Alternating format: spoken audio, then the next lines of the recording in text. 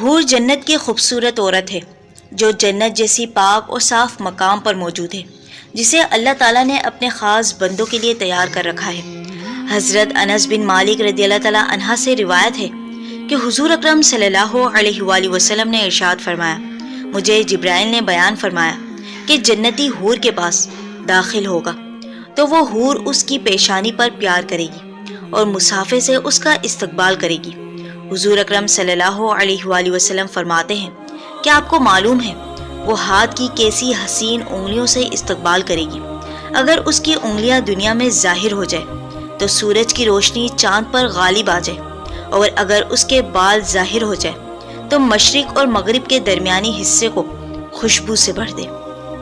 حضرت ثابت رحمت اللہ علیہ فرماتے ہیں کہ جنتی کئی سالوں تک بڑے مزے سے بیٹھا ہوگا، اس کے ساتھ اس کی بیوی بھی موجود ہوگی اور نوکر چاکر آگے پیچھے ہوں گے۔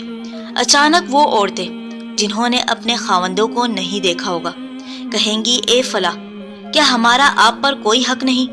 آپ دیگر بیویوں کے ساتھ تو بیٹھے ہیں لیکن ہمارے پاس آتے نہیں۔ سورہ صفات آیت 48-49 میں اللہ تعالیٰ فرماتا ہے، ان کے پاس نیچے نظر رکھنے والی اور بڑی آنکھوں والی حور ہوں گی، گویا کہ وہ پوشیدہ انڈے ہوں، جن کو اللہ نے حیا کی نعمت سے نوازا ہوگا، جو صرف اور صرف اپنے خاوندوں کو دیکھیں گے، اس کے علاوہ کسی کی طرف نہ دیکھیں گے۔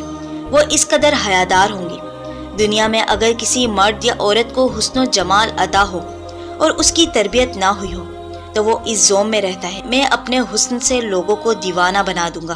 کسی نفس کے پاس زیادہ حسن و جمال ہو تو وہ غرور و تکبر کا شکار ہو جاتا ہے، اور اگر حسین مرد یا عورت کی تربیت ہوئی ہو تو وہ اپنے حسن کو چھپا کر رکھتی ہے، صرف حلال پر کھولتی ہے۔ یہاں تو حسن و جمال بھی ہے، بڑی بڑی آنکھیں بھی ہے، حسین و جمیل بھی ہے، پر حیادار ہے۔ اس کی شرم و حیا، اس کی پاک بازی، اس کا تقوی اور اس چیز کو یہ اجازت نہیں دیتا اپنی نظروں کو خیر پر اٹھائے یا اپنے آپ کو کسی غیر کے سامنے عیاں کرے، تو وہاں صرف اور صرف اپنی خاوندوں کو دیکھنے والی ہوں گی۔